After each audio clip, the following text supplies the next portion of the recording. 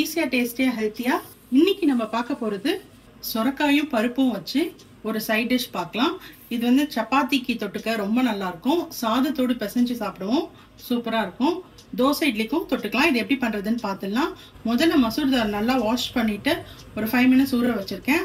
இப்போ அதில் கட் பண்ணி வச்ச சுரக்காய், ஒரே ஒரு மீடியம் சைஸ் தக்காளி, 3 பச்சை மிளகா, 3 பல் பூண்டு, ஒரே ஒரு மீடியம் சைஸ் வெங்காயம், உப்பு மஞ்சத்தூள் போட்டு கொஞ்சோண்டு மிளகு, கொஞ்சோண்டு சீரகம், பெருங்காயம் கொஞ்சம் சேர்த்துருக்கேன்.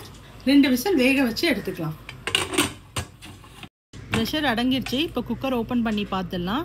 நீங்கள் ரைஸுக்கு சாப்பிட போகிறதா இருந்தால் இந்த அளவுக்கு திக்னஸோடய இருக்கட்டும். நான் கொஞ்சோண்டு தண்ணி சேர்த்துக்கிறேன். உப்பு தேவைப்பட்டால் சேர்த்துக்கலாம்.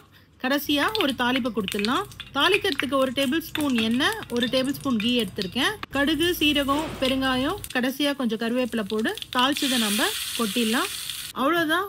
சிம்பிளாக டக்குன்னு பண்ணுற மாதிரி ஒரு சுரக்காய் கூட்டு ரெடி ஆயிடுச்சு. நீங்களும் அதை ட்ரை பண்ணி பாருங்கள்.